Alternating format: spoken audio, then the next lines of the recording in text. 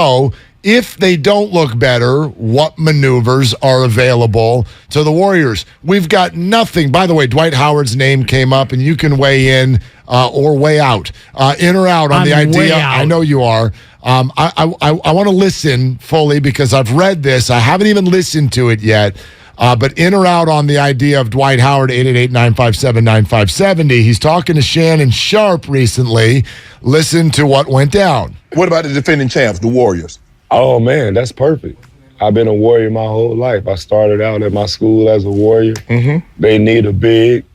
I know they have Kevon Looney, and I know they have the young boy Wiseman. But I'm Dwight Howard. Wiseman can learn so much from me because he's headed in that direction of being a great big man. You know what I'm saying? So I felt like even in that situation, playing with all shooters like that, Steph, the way he get open with me setting screens, he's going to get more wide open. Okay, that's from the Shay Shay pod. Dwight Howard, first of all, the greatest thing ever in there is, but Dwight Howard. Yeah, sure is. Yeah, you are.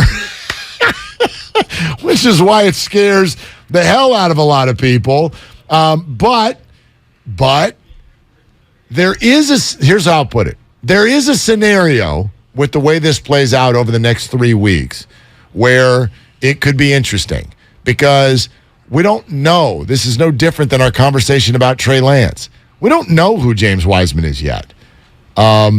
It's not time to fully assess him yet. He is not a completed project.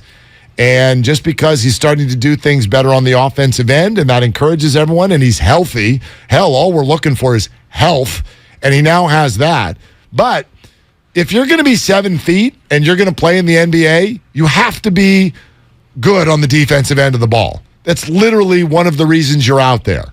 Because the way the game is played on the offensive end anymore, nobody centers it around a 7-footer. So if you unless you're like a Porzingis or a KD, a perimeter 7-footer. Correct. Yeah. So if you're going to be a traditional 7-footer, you better be able to protect the rim. And by the way, and snatch a rebound. Even somebody like Kevin Durant could protect the rim and snatch a rebound. If you can't do that, you can't play.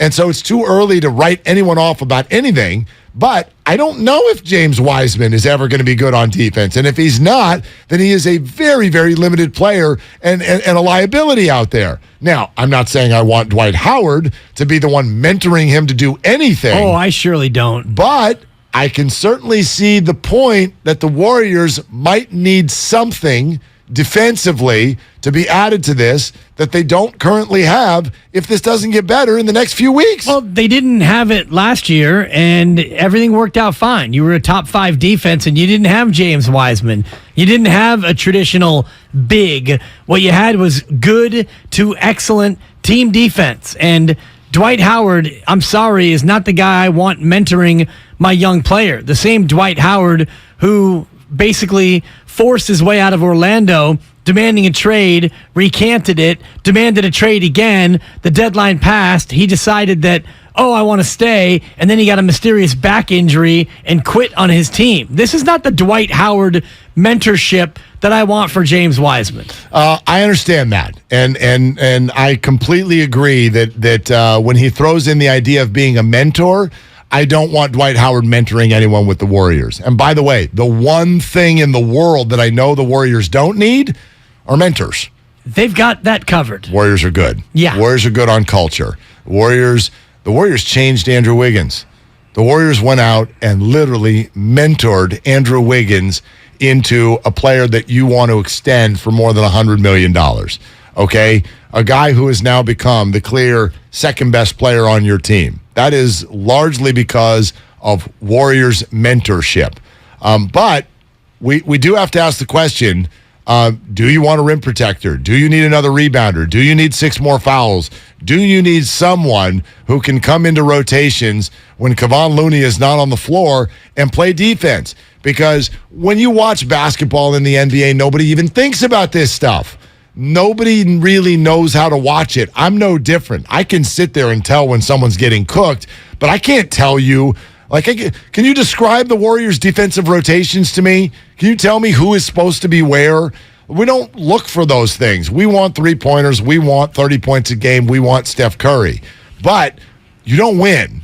You do not win unless you defend.